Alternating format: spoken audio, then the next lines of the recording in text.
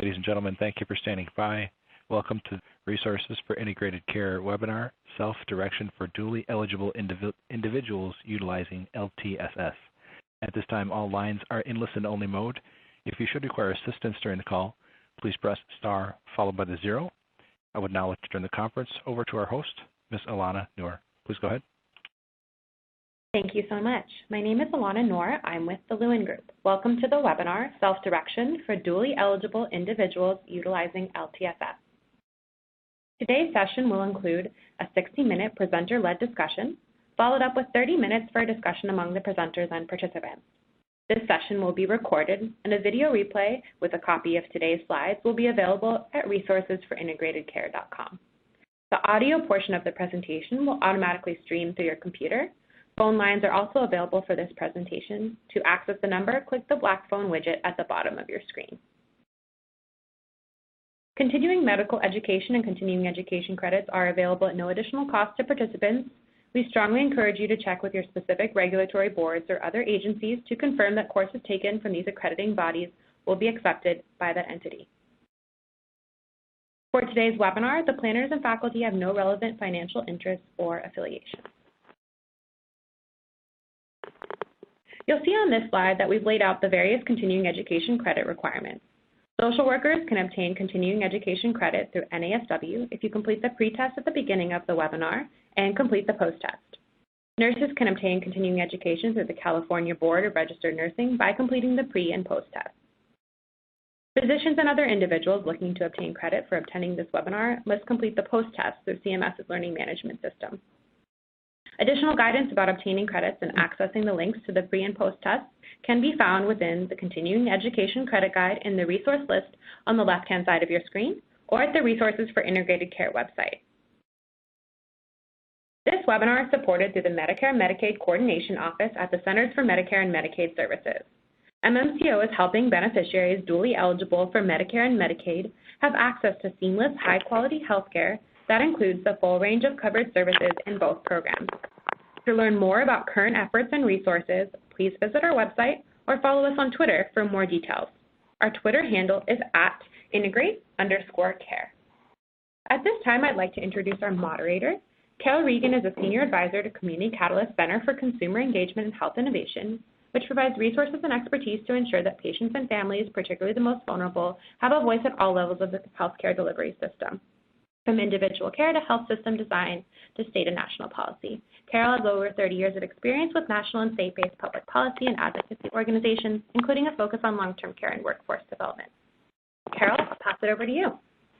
Thanks, Alana. Good morning or good afternoon to everyone on the phone today. I'm delighted to participate again. Community Catalyst and the Lewin Group and Center for Medicare and Medicaid Services have been working together for many years now on this series of geriatric competent care webinars, and we're so delighted to do this one, such an important topic. What I'm going to do is introduce all the speakers first, and then going to go over a little bit about the objectives, and then turn it over to our speakers. We're going to do a couple polls also just to get a sense of who's on the line. So you can see on the screen we have several wonderful speakers. I had to shorten their bios because they're so accomplished, but let me try to introduce them. Kristen Bugara is currently a supervisor at Direction Home, Akron, Canton area Agency on Aging and Disabilities in Akron, Ohio. She has over 20 years of experience working with children, families, hospice, long-term care, and home and community-based services. She works alongside nurses and social workers who provide care management for individuals over the age of 60 who wish to remain in their homes as long as possible. Kristen's the lead staff in management of MyCare Ohio United Healthcare Waiver Program, and it's a Medicaid waiver program, and the Passport Waiver Program, and is known as a subject matter expert and functions as the agency's coordinator for self-directed care. Kristen has a Bachelor of Arts in Psychology and a Master of Social Work from the University of Akron. We want to welcome Kristen. Next, we'll have Cortland Towns III. Cortland is the Deputy Director of the Boston Center for Independent Living, where he oversees the agency's personal care attendant program, where he ensures that over 1,100 consumers of PCA services are able to effectively use the program so they can maintain their independence. He first served as the Director of Services at the Boston Center for Independent Living. He oversaw the vocational rehab program, information and referral services, and the independent living services to adults and youth with disabilities. During this period, Cortland also served as BCIL's designee to the Access Now Coalition, a coalition that promoted the empowerment and inclusion of people with disabilities from Boston's communities of color. He also worked as the Director of Advocacy and Public Policy at the National Council of Independent Living, and currently, as a board member, chairs their Civil Rights Committee. He is a leading voice in the statewide Personal Assistance Coalition and the PCA Improvement Work Group, always seeking to make this program run more efficiently. And as a person with a disability and fierce advocate for the civil rights of all, Cortland remains committed to the philosophy of independent living and the provision of high-quality services to BCIL's consumers. And welcome, Cortland. Then we'll have Corinne Eldridge. Corinne is the Executive Director of the California Long-Term Care Education Center, an organization dedicated to ensuring that workers are prepared to meet the growing demands of long-term care. She successfully led the center's program to train over 10,000 in-home supportive services providers and with funding primarily from the Healthcare Innovation Fund at the Centers for Medicare and Medicaid Innovation. This project produced the first study to find that training home care workers is associated with both better health outcomes and cost savings. She's promoted the value of the healthcare system of direct care workers at numerous conferences with the Center for Medicare and Medicaid Services and the California Future Healthcare Workforce Commission. In addition, she established partnerships with HealthNet, LA Care Health Plan, and Blue Shield Promise California to provide training for IHS home care providers in LA. She serves on the advisory committee for UCLA's Geriatric Workforce Enhancement Program and is a graduate of California State University in LA. And then following Corinne, we're really delighted to have two participants from the California IHSS program. Carol Stewart has been an IHSS consumer for 20 years. And Maida Castellanos has been an IHSS worker, or a personal care attendant, for 1.5 years and has worked with Carol since she started. Maida went through the center's 10-week training program, which integrates the training for the interdisciplinary care team. So you see we have an incredibly rich group. So welcome. Next slide. So today's learning objective, just to recap what we want to get out of today's, we want to describe really what self-direction is and the key features and what it means for the consumer who may choose to enroll and self-direct. We want to identify the role of care managers and care coordinators in helping facilitate those decisions on self-direction and make that part of the patient-centered care plan. And then define the role of the PCA in the interdisciplinary care team. Next slide. So today we're going to do the following. We're going to have a few poll questions that really helps us to learn who you are on the line. We're going to talk about an overview of self-direction and the role of the care managers, the role of the LTSS coordinators in supporting consumer choice. And then we'll talk a little bit about personal care attendants, or providers in California they're called, and the interdisciplinary care team. And then making it work. We're going to hear from, as I mentioned, Carol and Maida, who's a consumer and a provider. And then we'll have times, as Alana said, for Q&A and then to evaluate. So thank you so much for joining. Next slide. So we're going to take a quick poll to get a sense of who's on the phone. So in what setting do you work primarily? If you work at more than one, just say which setting you primarily work in, a plan, an ambulatory care, long-term care facility, community-based organization. You can see the choices here. So just select one.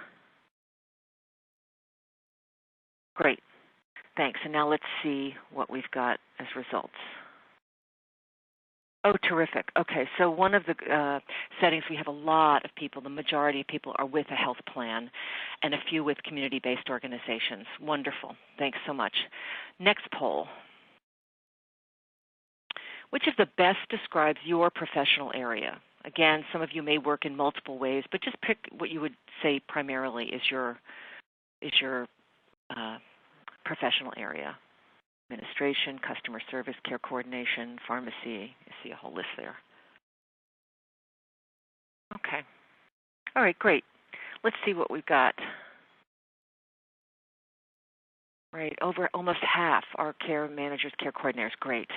And then we have some people who are administration and management and medicine and some clinical providers.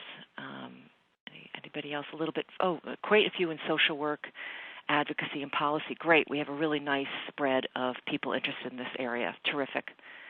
Thanks. Next slide. All right. Now, thank you all so much for participating, and let me turn it over to Kristen. Kristen? Okay. Thank you so much. Okay, so let's jump right in. Next slide. What is self-direction? So self-direction is a service model or a philosophy that describes service delivery. And it differs from the traditional route of providing services. It helps people of all ages and disabilities maintain their independence at home by choosing the mix of supports and services that work best for them based on their assessed needs. Self-direction or participant direction is grounded in the independent living philosophy. In 1993, self-directed options for home and community-based services were included in the healthcare reform recommendations. And then by 2010, Affordable Care Act improved options for self-direction in Medicaid waivers and authorized new programs focusing on participant direction or self-direction. Next slide. The self-direction model empowers people by expanding their degree of choice and control over their supports and services that they choose to receive in their home so that they can remain independent for as long as possible. Next slide.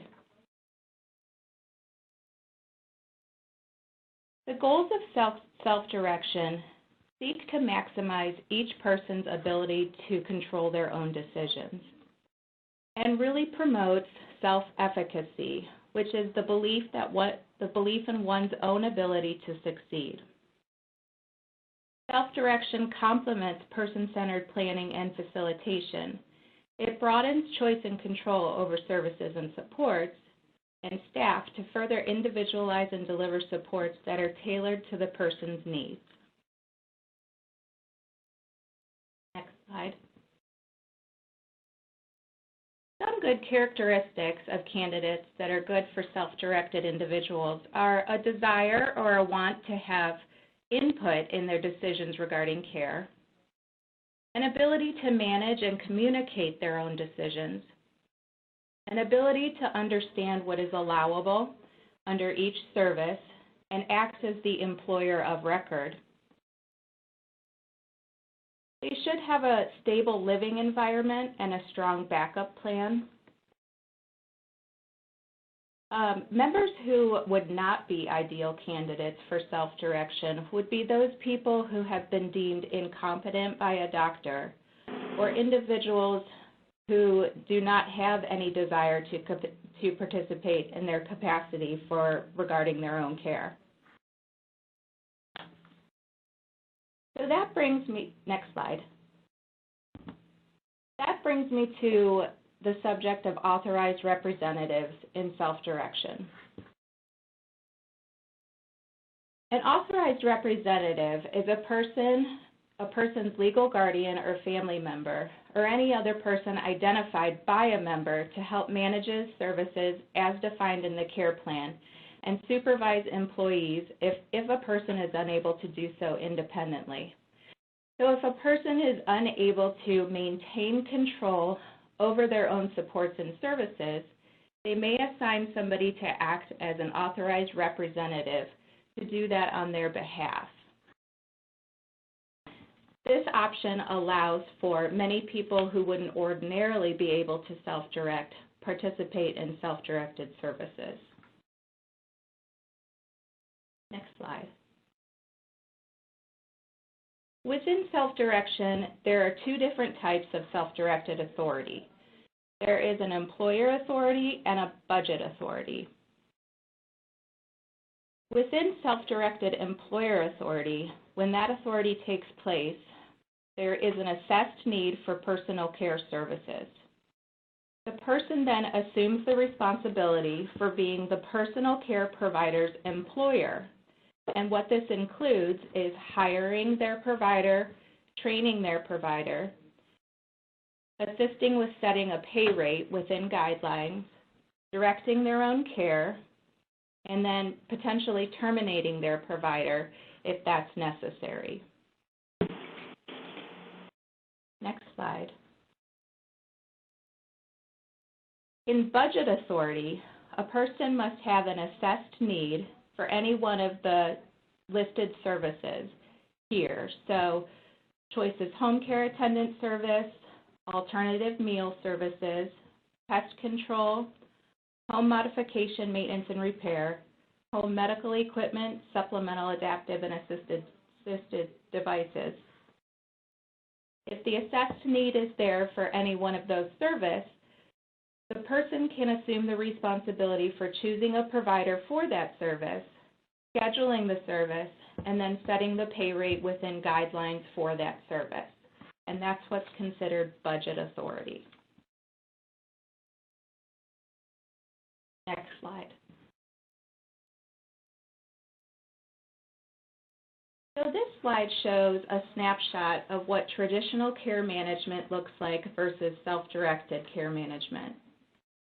The left side lists traditional care management, and you can see that the consumer, at the beginning, the consumer and the care manager decide which services are needed based on the assessment. The consumer then locates a provider or an agency. The agency decides which workers to send and when to provide care, and then the case manager helps to resolve service issues with the agency, taking direction from the person.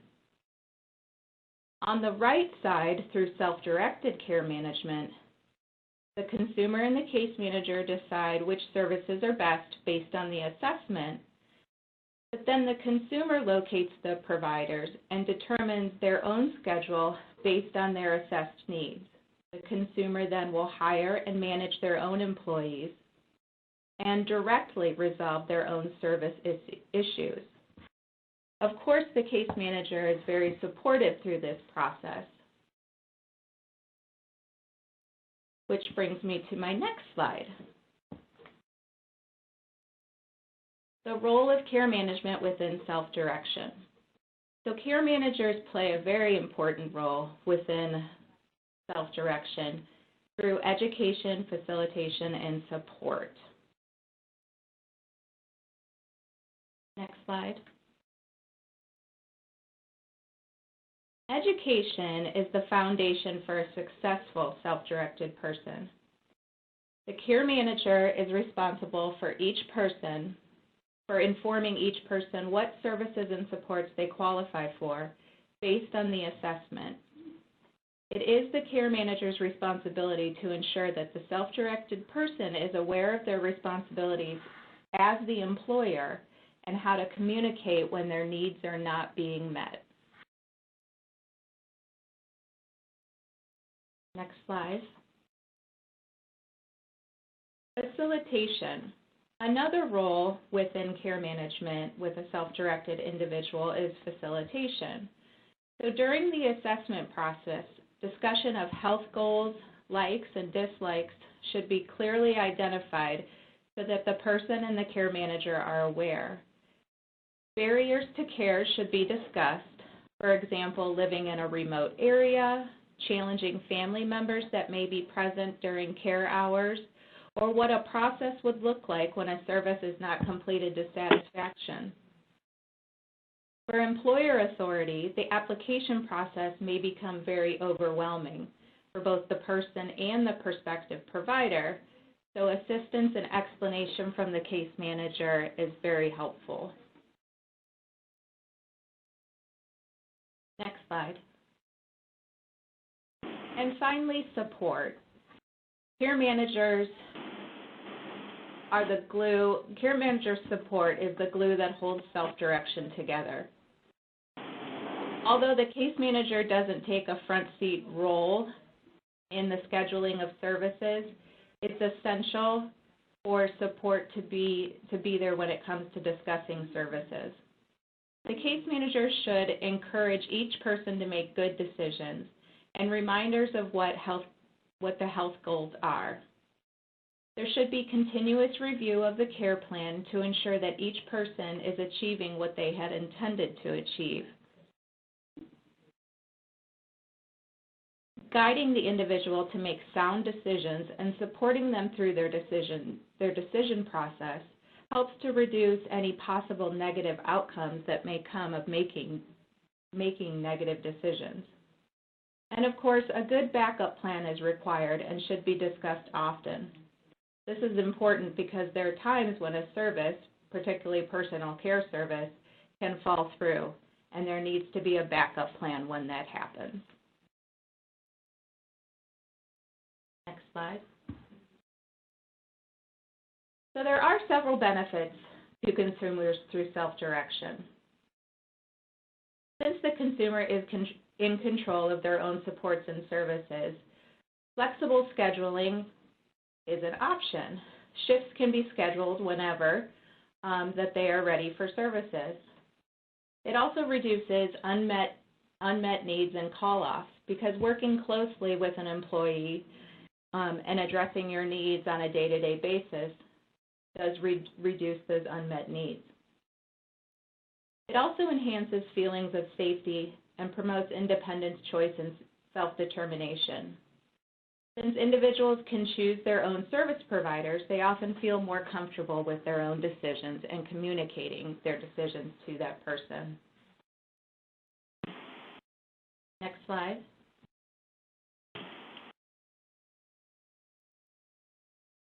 Of course, there are care management benefits too. The main benefit is the reduction of service gaps. Service gaps and call-offs are a care manager's nightmare and can become detrimental to a person's health and safety. Since the self-directed person is hiring a reliable employee, oftentimes that employee is a neighbor or friend, call-offs and service gaps seem to be reduced, and there are fewer requests for changes in service providers. So self-directed care can be very satisfying and a personal option for people who want to receive services and supports in their home. Thank you.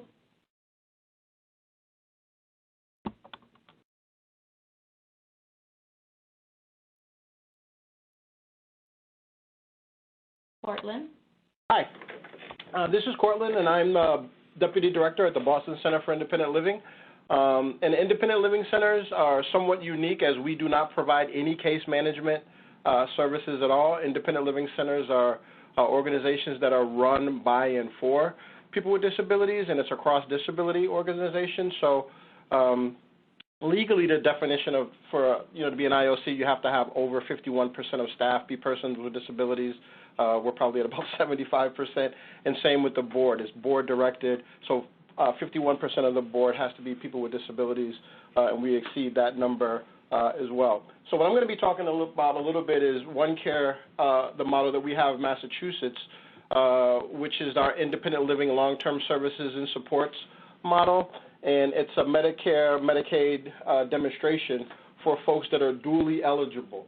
And so that's for folks who have both Medicare and Medicaid. And for folks used to dealing with that population, you know that Medicaid typically is the payee of last resort. And sometimes folks that have both Medicare and Medicaid have problems accessing services because they get into you have to ask Medicare to pay for it first, and then, or get Medicaid to deny it before somebody else will pay for it. So this kind of helps to alleviate that. And the way it's set up is that once somebody becomes enrolled in OneCare, they have what's called an interdisciplinary care team, and that can be a mix of different medical professionals, discharge planner, behavioral health. It really matters what the consumer's needs are, so the makeup of those care teams can differ for each consumer. And then once enrolled, members have the right to have an LTSS coordinator, independent living and long-term services and support coordinator, as part of their team. again, in keeping with consumer direction, consumer control, they can choose it. They don't have to have it automatically.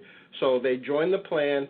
The plan explains to them what the LTSS coordinator does, and they're given an explanation of it, and then they can choose to have one if they want to, but only then does it get referred to my agency. Next slide, please. The beauty of having an LTSS coordinator is multiple, because we're not employed by the health plans. So the health plans, in our case, we work with an organization called Community Case Management and Community Management.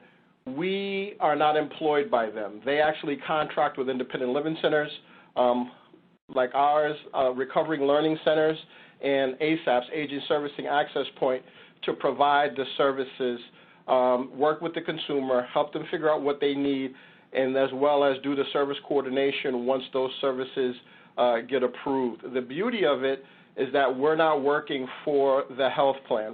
So we can be an advocate for the consumer on the interdisciplinary care team. And sometimes there's disagreement where we say this is what the consumer wants, and the care plan may want to go in a different direction. Sometimes that's they see as more cost effective. But again, we're advocating for the consumer as part of that care team under the premises of independent living and consumer control, consumer direction.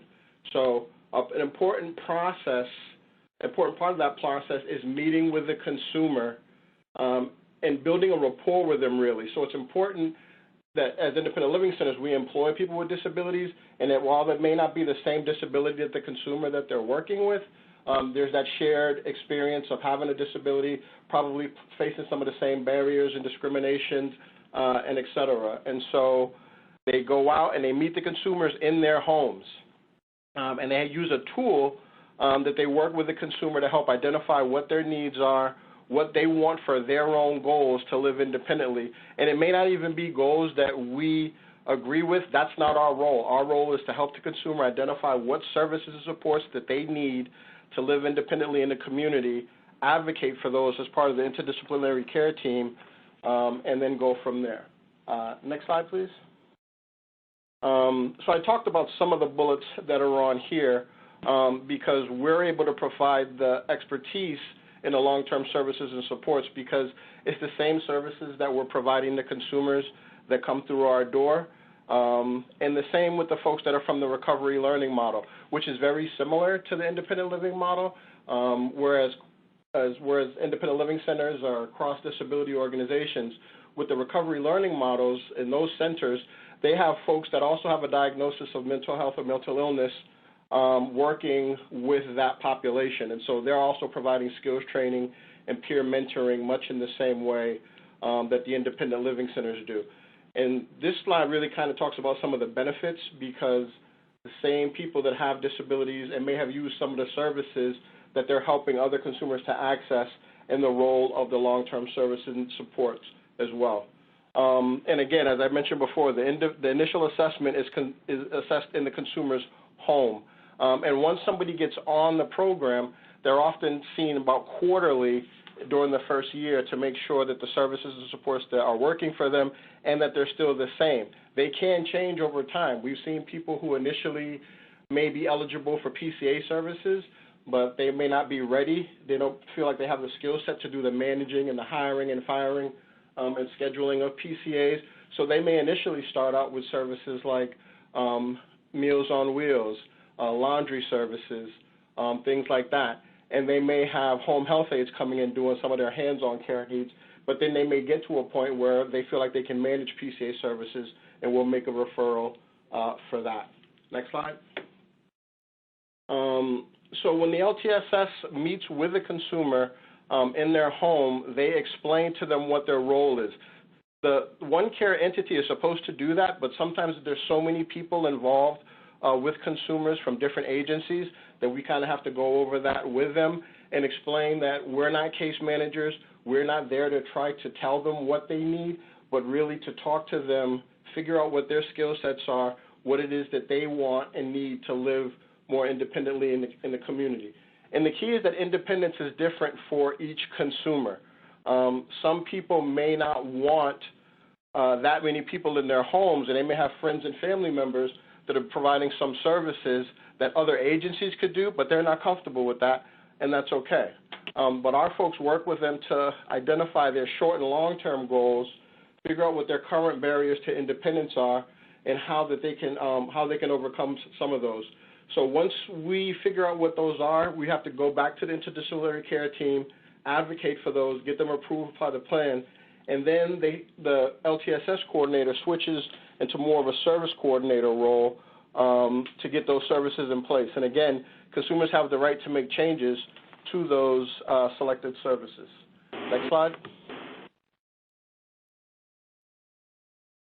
Now, the packages of services might differ for each consumer, and as I said, they may change over time. So what are some of the types of services?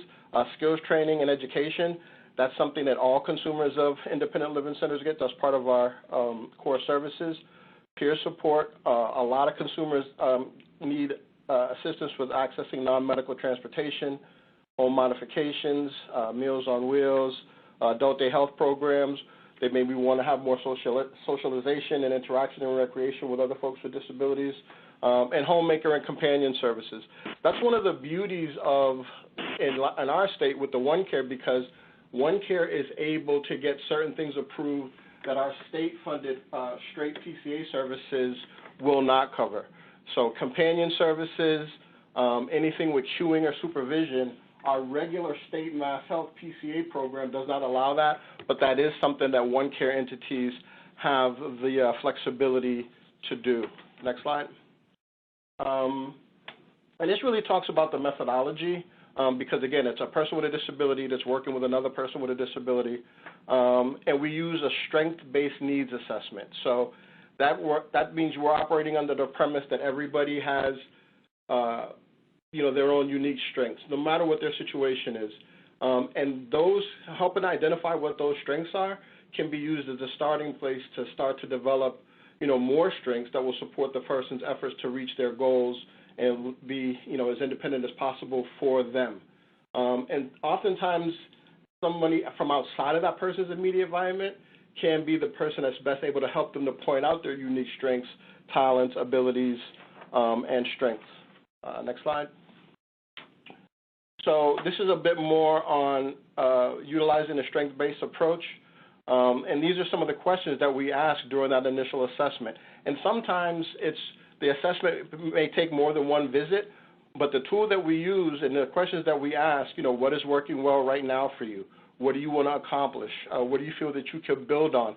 It's designed to build rapport and also remind the consumer of their own skill set and their strengths, and really put them in charge of understanding that they are setting the path that which we will be following and assisting them with, but it's their path, and that they determine where it is that they want to go. So instead of assuming that an individual has a weakness in a particular area, assume that the individual has not had opportunities yet that are essential to learning, developing, and mastering a skill set in a particular area that's going to lead them to greater independence. The next couple of slides are a couple of case studies. Next slide, please. The first one is Karen, a 51-year-old woman with a history of falls, diagnosis of PTSD, anxiety, bipolar disorder, and a couple of other diagnoses. She was initially really reluctant to engage with our skills trainer, and in fact, the initial person who we had assigned to her ended up getting switched to somebody that actually spoke her language. Spanish was her first language, and so we switched, and she was very reliant on her family members to provide her assistance with IADLs. After some time, building rapport with the skills trainer, she was able to identify what type of services that she felt would help her. And so she chose homemaking services, companion services, social and medical transportation. She's been on the OneCare program for a little over a year now at this point, and she reports that the services have lessened her feelings of anxiety and stress, have allowed her to feel safer and more self-sufficient in her environment, and it's also freed up her family members to do other things as opposed to them being her primary caretakers. We've seen that oftentimes in the personal care attendant program, where you have family members that are maybe not out making money or, doing all the things that they want to do because they're caretaking for a family member. And then once somebody is able to access services, it lessens that reliance on the family members. And so we're seeing more than just a benefit to the actual consumer, but sometimes the friends and family members that have been doing some of the hands-on needs. The next slide. Ricardo is a very, very recent one. In fact, when I was looking at case studies, I had met with his long-term services and support coordinator that day, and he was very, very excited because Ricardo had just gotten into a single-room occupancy program. But I imagine, like for many folks, Boston, we have a pretty severe housing shortage, and it's particularly bad for folks with disabilities that are looking for low-income housing and accessible housing. Ricardo's 53. He has a diagnosis of depression, anxiety, and has some cognitive disabilities. And he had been homeless for about 5 years. He had a service animal. At one point, he entered a shelter, but he had to give up his service animal when he went into the shelter, and that wasn't working well for him. So he left the shelter system and has been living in a U-Haul van for the last couple of years. Oftentimes when we would meet with him, because he did not have a domicile, we would either meet with him at the office or at a coffee shop at a place that he chose. And also sometimes there can be some difficulties in even accessing the consumers because folks that are homeless oftentimes they may have a cell phone number that is not always on, or they don't have minutes. So sometimes that can be a barrier and it can take longer to get stuff done, but we just have to kind of keep going with it. But his initial focus was on housing assistance, and he was somebody who would come to our bi-monthly housing workshops. Over time, we were able to get him on a priority list because he was, in fact, homeless and a person with a disability. And he was able to he was just getting his keys the day that I selected him for the case study, to the single-room occupancy program. And that's a program that will give him access to permanent housing if he makes it through the program without any problems. So if he's able to maintain his apartment, pay his bills on time, and really have no issues, then he will be eligible for permanent housing once he completes that program. So he's working with his LTSS coordinator, Jose, right now to get additional supports like home-delivered meals and laundry service. But Ricardo is almost basically he's like, once he got his secure housing, he was like, I don't need anything else. And we had to convince him, well, no, there's other services that can complement you right now. But he was so focused on getting housing, and so we were so glad to see him get accepted into the single-room occupancy program.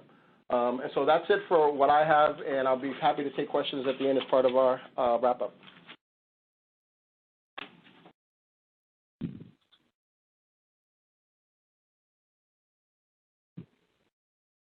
Hi, good morning. This is Corinne Eldridge. I'm the Executive Director of the California Long-Term Care Education Center. We're a 501c3 that was originally founded in 2000 by the labor union that represents the IHSS workers. And the mission of our organization is to utilize training as a tool of empowerment for long-term care workers. Next slide. So in California, we are very unique. Our personal care attendant program is called the In-Home Supportive Services Program. You'll hear me call it IHSS, and you'll hear me call IHSS workers as providers. So when I say provider, I'm not talking about clinical providers, but the IHSS worker. There are 1.4 million duly eligible individuals in California, and the IHSS program currently serves around 564,000 consumers. 56% of those are 65 years or older, 37% are between 18 to 64, 7% are under 18, and 50% of those speak a primary language other than English. California's IHSS program is the oldest personal care attendant program in the country, and there are over 500,000 IHSS workers in California, and over 50% of the IHSS workers are family members. Next slide. GLTC-EC began training IHSS consumer and provider pairs in 2012 when we received a Healthcare Innovation Award from CMMI. We created this program in conjunction with SEIU Local 2015, who's the union that represents the IHSS workers in California. And the program was created out of a desire to equip workers with a set of skills that would allow them to take on new roles on care teams and provide better care to help meet the AAA. Under the CMMI program, we began with 6 health plans across 3 counties in California, and 2 of those counties are part of the duals demonstration projects that we're beginning in implementation. We've been able to continue our IHSS training program work with specific health plan partners. LA Care has been a great champion of our work, and we began a partnership with them in 2017 that is ongoing. And we've been excited to have a new partnership with Blue Shield California Promise Health Plan that began in this year. Next slide, please. The basic tenets of our IHSS training program honor voluntary participation. So that's voluntary participation for the IHSS worker, and it honors the consumer's directed model of care, so that way the consumer, the IHSS recipient, gives permission for the IHSS worker to participate on the care team, and we ensure that our curriculum honors the consumer and is at the center of our curriculum. The IHSS provider learns new skills, and it's competency-based education, so that way we're able to teach individuals who may not have been in a traditional classroom setting for many years. And the provider also receives an economic enhancement post-training to honor the new skills that they're bringing back into the system. Next slide, please. Our IHSS training program is a course that lasts either 10 or 17 weeks, and our students learn a variety of skills. Where possible, the consumers attend the second and last classes, and it's an opportunity for both the consumers and providers to learn about the benefits of the training program and develop a sense of shared purpose. We identify rights, roles, and responsibilities of consumers and IHSS care providers. We articulate the importance of safeguarding the privacy of the consumer's personal health information, and we call that Code P. In all the modules, the role of the IHSS provider and the integration into the consumer's care team are discussed. We always emphasize the provider roles and the extent of care team integration are choices that the consumer makes. And by discussing these roles, we're not giving license to the IHSS provider to assume these roles in all circumstances, because that will be up to the consumer. We also talk through the definition of care team, person-centered care, and ensuring that the desires and the preferences of the consumer are at the front of all. We describe what it means to integrate the IHSS provider into the consumer's care team, the principles of consumer direction, and identify the 5 enhanced roles the IHSS provider can take on the care team: monitor, communicator, coach, navigator, and care aid. And there are 4 skills that supports the enhanced role: observe, monitor, document, and share. And this is practiced by utilizing a documentation form. As you might imagine, communication is threaded through the entirety of the curriculum, and so that's a really important skill for the IHSS provider to continue to learn in a variety of settings. There's also take-home assignments throughout the curriculum, every week, every module. And that word take-home assignment is used instead of homework, because it's really important that the workers are supported in knowing that they can maintain the work in the classroom.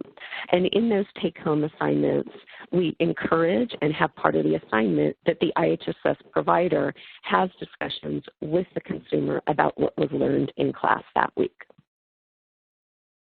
Then go on to the 5 key roles of the IHSS provider. Integration is a recognition that the IHSS provider, through their relationship with the consumer, can become a participating member of the consumer's care team. The provider's perspective, familiarity, and ability to communicate well are valuable contributions to the care of the consumer. IHSS providers fulfill the traditional role of a home care provider.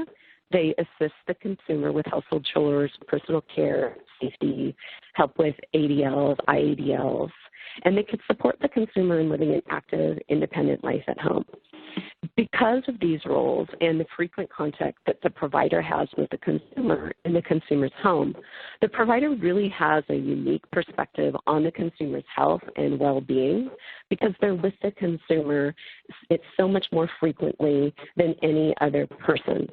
And so they can serve as an extra set of eyes and ears. And they really play an important role on the consumer's care team. This integration can help the provider play an even more active role in ensuring the consumer receives the highest possible quality of care.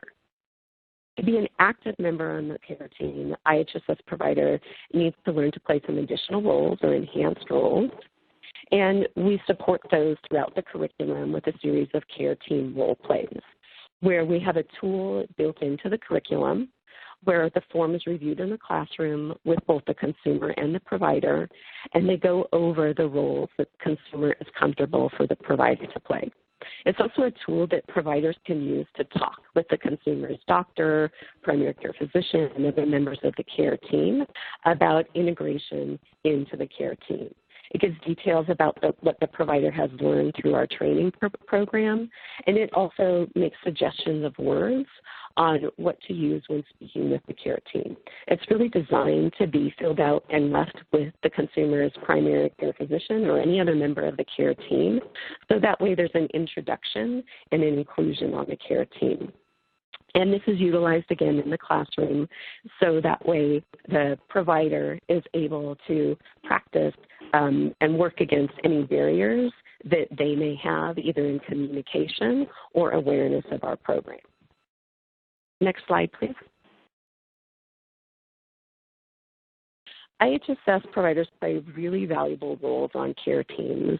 As I talked about earlier, they really can play and act as an extra set of eyes and ears. And they can notice important information about the day-to-day health of the consumer, any changes in diet, mood, skin health, energy, many other important factors, and bring them to the consumer's attention, and if required, up to the clinical care team or the primary care physician. The doctor sees the consumers occasionally, and the provider sees the consumer regularly, so they really do have valuable insight. And the consumer and the provider, they're a team, and they work together with the rest of the care team to obtain the best possible care for the consumer. Next slide. For successful care team integration, there are always successes and challenges. The integration process can be challenging because it's not always clear what integration looks like. It can be open to interpretation, and just like individuals, this may vary from consumer to consumer. So some examples of success are the provider is invited to interdisciplinary care team meetings. The consumer's care team is the provider. The care managers and clinicians can see in their electronic medical record that the care recipient has an IHSS worker who they have given permission to be part of his or her care team. Next slide. And it's really wonderful to be able to share some of our program successes. We've trained over 6,300 IHSS consumer and provider peers under our CMMI grant that was from 2012 to 2016. Around 60 so far in our partnership with Blue Shield, and almost 2,000 in our partnership with LA Care. Our collaboration with health plans has been really successful, and after year one in our LA Care program, we're excited to be able to share that 95% of IHSS providers reported more confidence in their ability to talk to the consumer's care team, and 96% of consumers who responded to the survey reported that communication with their IHSS provider improved. The best practices in care coordination that we've been able to implement are that the care coordination team is able to come out to particular classes, that there's full orientation on our training program to care coordination teams, excuse me, and there's a transfer of information. So we've really been able to build a great partnership with LA Care. So now it's my pleasure to introduce Carol Stewart and Maida Castellanos. And Carol Stewart is an IHSS consumer living with a disability. Maida Castellanos is an IHSS caregiver who has been working with Carol for the last year and a half. She comes to Carol's house 6 days a week and works with her for around 25 hours in a week. So Carol and Maida, can you tell me about the way that the two of you communicate with each other? We talk, we text, we call each other every day. We talk about things Maida knows needs to be done, and she notices when things are off for me. In order something is going, like Carol's feet get swollen, I tell her that she needs to make an appointment to get checked out to make sure everything's okay. Carol makes her own appointment. I work within my schedule, and my schedule is my appointment. Krista, this is Carol. I'm just going to interrupt for a second. Can you, I know it's so hard to hear with a cell phone. Perhaps you could speak a little bit closer into the mic. Will do. We want to hear you. Thank you. Okay. And so how did each of you separately and as a team communicate to the care team? Up to this point, I do the discussion with my care team. Maida comes with me to my primary and specialty care appointments because I need to pick up prescriptions. She's taking pictures of me when I'm having episodes, and then I take those pictures with me to my visits. I typically go in on my own. Carol does as much as she can. It is good for her to take care of everything that she can and stay in charge of her own care. After she goes to the doctor, we go through all paperwork together. We go through all of the medication. We have a calendar that we keep together. If there is something that Maida thinks I need to discuss with the doctor, I take it with me when I go in. One time she noticed something was off with me and suggested we went to the ER, and I agreed. And she came at 1 a.m. to put me to the ER. I would have waited until the next day, but she could tell something was off. I was admitted, and then she let my kids know. What do you think is the importance of the role of the care attendant in IHSS workers? And what does that really mean to be an extra Maida helped. We're having a little bit of difficulty hearing. It might just be a bad connection. Maida helps me by texting. Oh, great. Thank you. Both my son and daughter know that having Maida here is how I'm able to stay in my home. Carol's visit starts twice. I let her family know how she's doing and call them when it's urgent. My son has said it makes it possible to continue living where I live. It gives him and my daughter peace of mind. Maida will take pictures when I have issues, bring them to the doctor in the hospital, and as a patient, we don't always think of that. Pictures have helped with a number of my specialists as she takes pictures and they can see what is going on. It is important to have Maida as part of my care planning. Carol and Maida, there are several roles that Maida was trained on in our training program. Let's talk about how some of those play out day to day. What about as a care aide? She has the pill box. We refill her pill box together. I check how much water she's drinking and track it. I pick up her medication and check the prescription bottles. I need to write the medication administration. I leave my empty bottles on the counter so she can see how much I am drinking, and she checks my pill box every morning when she arrives. What about a coach? How does that play out day to day? I remember she was laying on her sofa and not getting up at all when I first started working with her. I encouraged her to do crafting. I take her to the park and push her to get out of the house. We walk at the gardening center, also encourage her to do other things. really important to get out of the house, get outside and move around. Even walking through the garden center at Lowe's really helps. It gets easy to get stuck as a patient. And what about monitoring certain conditions? How does that play out day to day? I'm aware that she has migraines and has issues. So as soon as I come into her house, I look at her face because I can see she's been good or not.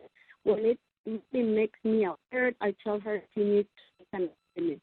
Every time that I leave her house, let her know if she doesn't feel good and she needs to go to the doctor, I'll be there for her no matter the hour, so she could feel confident that someone is looking after her. Maida always assesses how I'm doing, talks to me about what she sees. My son and daughter say that it gives them comfort having Maida here. When I go to the ER, she can evaluate how I'm doing. I then went into the ER and pictures that Maida had taken. The nurses knew she was in the waiting room, and I always tell all my nurses that my caregiver is in the waiting room. Thank you, Maida and Carol.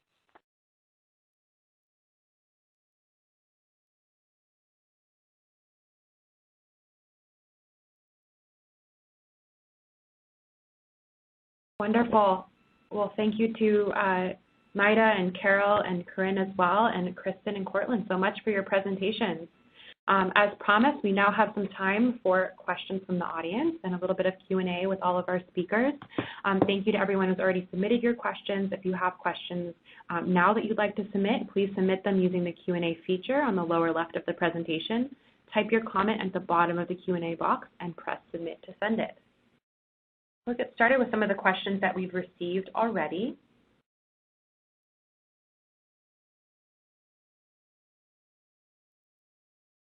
Cortland, I'll start with a question for you. How has your Center for Independent Living adapted to cultural differences that you might see across your consumers, or adapting to different cultural preferences?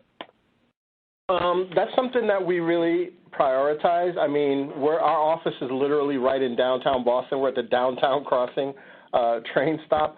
And so we serve a diverse community of folks who walk in the door, and so we want to make sure that our staff reflect that. So we have a pretty diverse staff as far as cultural.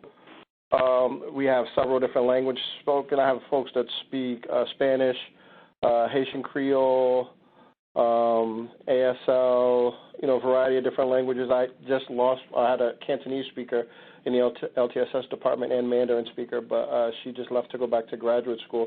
So it's just something that we kind of prioritize to make sure we're a diverse staff that reflects the community we serve. We're actually about to open a satellite office in an area called Fields Corner, which has a large Latino and Vietnamese population, so that we can do more outreach to those communities. Great. Thanks so much, Cortland. Kristen, the next one's for you. You talked about the importance of a backup plan. What are some of the elements that you recommend including to make sure that that backup plan is a strong one? So we often try to tell people that, of course, in a perfect world, your services are your service provider is going to come every single day. But some elements to consider would be maybe a family member that could potentially step in and provide services for a day that your service provider couldn't provide the services, or potentially attending adult day services or an adult day center intermittently if your service provider couldn't provide the services on any given day or needed to take some time off work. So those are the items that are the things that we would discuss to make sure that there's a solid backup plan in place. Yeah, and actually this is Cortland. If I could also add, in Massachusetts, what we require folks that are getting personal care attendant services is, as part of their independent living service plan, they are asked to identify who is their backup person in the event that their PCA doesn't show up. So it's not somebody who has to be signed up with paperwork to be paid. It could be a friend, a family member, a neighbor, but we ask them for the first name and last initial, and we document that as part of their independent living service plan. Correct. That's correct. We do that too here in Ohio. Thank you both. That sounds like a great best practice. So, Corinne, I'll turn to you. I know you talked a little bit about sort of why you started your IHSS training program and the successes that you have. For other organizations who are starting training programs for personal care attendants, what recommendations do you have or any lessons learned that you can share? Sure. So I think it's really important to engage your stakeholders. So IHSS consumers, IHSS providers, the labor union that represents workers, and also have an understanding of what sort of curriculum is required to be successful. Our training program is all done in person. It's didactic, and so it's really important to understand the needs of the student population. I would also say where possible, it's really great to be able to have consumers participate in the training program that I talked about in some of the work that we do. It's not always possible based on the relative health of the consumer, but honoring consumer direction and making sure consumer choice is part of the curriculum is really key. But I'd really say, the lesson learned is ensuring that you have stakeholders as part of that. And if you're working as we are with health plans, it's critical to have an understanding of the practices within the health plan that may intersect with the IHSS consumer and the provider. We're not doing, the IHSS workers are not learning medical techniques, but it's really where there's an intersection with the health plan and on that care team integration. Thanks so much, Corinne. Carol, I wanted to turn to you. What has MIDA done that has helped you the most in terms of feeling most comfortable? And you mentioned your family feeling comfortable. What has she done that has helped you the most? Well, I've been a member of IHSS as a recipient for 20 years. But when MIDA came in, she also took a series of classes, and then she made it a point to get to know my kids before there was an emergency. I mean, she wasn't seeing them, but she just let them know what was going on. I like the fact that she comes in, she knows certain things that are required by IHSS, but also that she really cares about me. And I think our families are blending, and that is not part of normal IHSS, as my rheumatologist told me just yesterday. Told me to hang on to MIDA because there aren't many of them like that. That's great to hear. Thank you so much. That's really helpful. Kristen, I wanted to ask you a question as a supervisor of care managers. What is one or more than one important lesson that you've learned in helping your care managers understand and be able to support consumers who are self-directing? The biggest thing that I've come across is the understanding that education and support are the key to getting the word out there about self-direction. Many times we find here at our agency and in Northeast Ohio, the individuals that we serve on waiver services oftentimes feel that when they're assessed for the needs,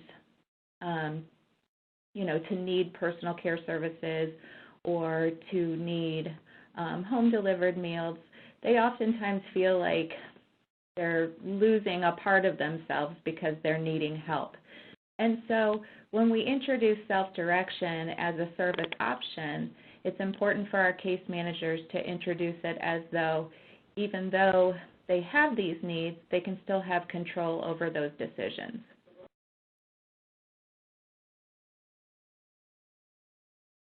Great. Great. Thank you so much, Kristen. Cortland, a question for you. You mentioned using a tool that the LTSS coordinators work with consumers to identify their needs. Can you share a little bit about that tool and how it helps them? Yeah, well, there's a big packet, an intake packet that they have, but then also it's the intake and assessment tool that they use to get like certain demographic information and then what type of services that they best want. And so we collect some data related to, what's your primary disability, what are the hands-on needs that you may have, what are the, instrumental activities of daily living that you may need that aren't hands-on, laundry, shopping, housekeeping, things like that. And then there's a separate tool if they select PCA services. Then we have a nurse and an OT who go out and do a hands-on assessment of like functional need. That's a separate tool. Thanks so much, Cortland. Cortland, this can go to you and Kristen Sawain as well. Can you speak a little bit about how you handle background checks and how that works with consumers who are self-directing? Background checks for who? For the LTSS coordinators or for people that may be coming into their home to provide services? The latter, for people who would be coming into their home. I know for us, we typically use vendors that the healthcare agency has contracts with, so whether it be for laundry services, meal prep services, things like that. For PCA services, it's not required in Massachusetts that the PCA be CORI checked, but we do provide information to the consumers on how to do so and how they can get a waiver for the fee that's associated with it. In Ohio, all of our self-directed providers are required to have a background check, and if they've lived outside of Ohio for longer than 5 years, they have to have an FBI check too prior to being certified as a self-directed provider. So that is a requirement in Ohio prior to certification. Thank you, Kristen.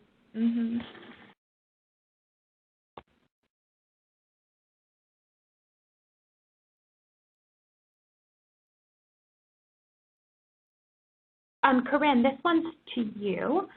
When you were talking about the different training modules for the IHSS training program, you mentioned take-home assignments and encouraging providers to have discussions with the consumers that they're working with. And can you talk a little bit about those assignments and maybe some examples of what those discussions might look like? Sure. So the assignments refer back to what was learned in class today on a particular day. And so if a module happens to be about medication adherence and the 5 rights, there would be 2 to 3 questions where the IHSS provider goes into the home and has a conversation with the consumer about things that they learned on the 5 rights and talking through if they are, each of them as a team, are following through those 5 rights. And then the IHSS worker fills out the form and fills out that information as their take-home assignment and then brings it back into the classroom, and the instructor collects and corrects that homework assignment and turns it back to the participant.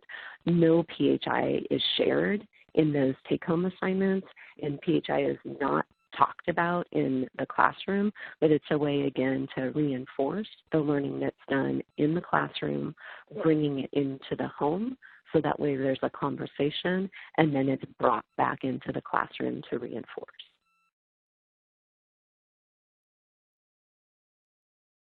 Thank you, Corinne. Carol or Amida, is there anything that you would add about some of those conversations that you've had that have been helpful with each other? Can you repeat the question? Yeah, so Corinne was talking about with the training how the recommendation from that training was some of the things that you were learning to come back and have a discussion with each other about some of the things that you were learning and how you can work together Do you have any recommendations for other consumers and personal care attendants who are working together on how they can support each other? Yeah, well, I really like the way the classes were. When a query back to me, I told her I learned a lot, especially, when the medication and documentation and everything. I told her that many IHSs need to take those classes, need to be aware that there's so much to learn to provide more to the reception as a provider. So I really recommend that this program would go, for all the providers, for them to have much training to the reception. And also I really recommend, the CPR. We really learned a lot with the CPR, how it was done and everything. That helps us and be confident, if something happens, we are aware to do the CPR and to help them, meanwhile the, other helps are coming.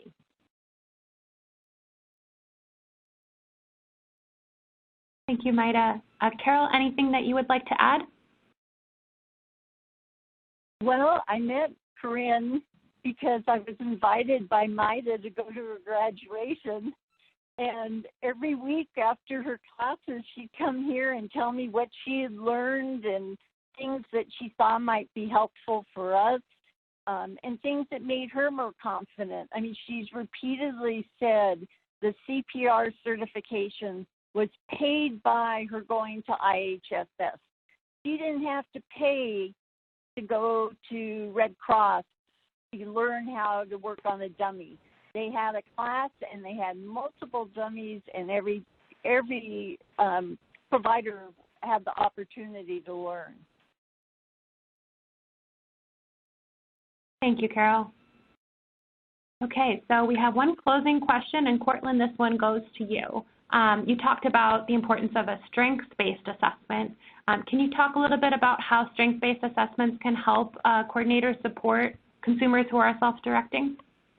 Yeah, I mean, I think oftentimes it helps to build a rapport, because I think sometimes folks with significant disabilities often,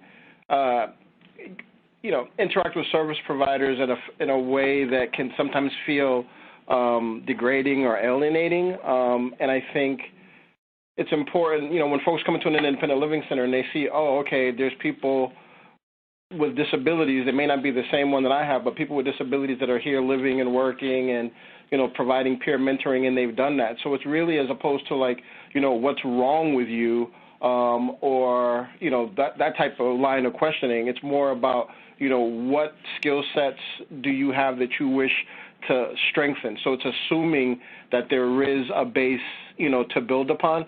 So it's really, it's more of an attitude and how you interact with folks, and making it clear that we're not here to make decisions for you. When folks enter into the independent living center and independent living network, it's more about, here's the services that we can provide. What would you like to choose?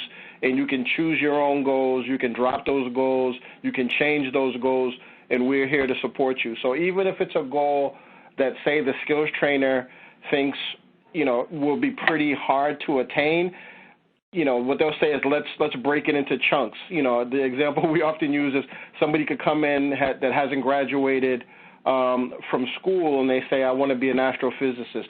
We go, okay, what are the steps necessary to get there? We'll have to break it into smaller chunks. So let's work on getting the GED first and go from there. You know what I mean? As opposed to say, well, you won't be able to do that, or that's ridiculous. It's their goal. Folks with disabilities have the same right to try something and fail as anybody else. And so what is it that you want to achieve? How can we best help you do that? We want to help you make informed choice, but it's about what are the skill sets that you possess, and where do you want to go next, and what does independence mean for you? Thank you so much, Courtland. And thank you to all of our speakers. At this time, if you have additional questions or comments, please email us at ric@lewin.com. The slides for today's presentation, a recording, and a transcript will be available on the Resources for Integrated Care website shortly. As a reminder, additional guidance about obtaining credits and accessing the links to the post-test can be found within the Continuing Education Credit Guide in the Resource Guide on the left-hand side of your screen, or at the Resources for Integrated Care website. As a note, we included additional resources on self-direction at the resources slide at the end of this presentation. Thank you so much for joining us today. Thank you to all of our speakers for your presentations and for sharing your insight with us. Please, for all of our participants, complete our brief evaluation so that we can continue to deliver high-quality presentations. And if you have any questions for us, please email us at ric@lewin.com. Thank you again, everyone. Have a wonderful afternoon, and thank you so much for your participation. And ladies and gentlemen, that does conclude your conference for today. Thank you for your participation and for using the AT&T Executive Teleconference Service. You may now disconnect.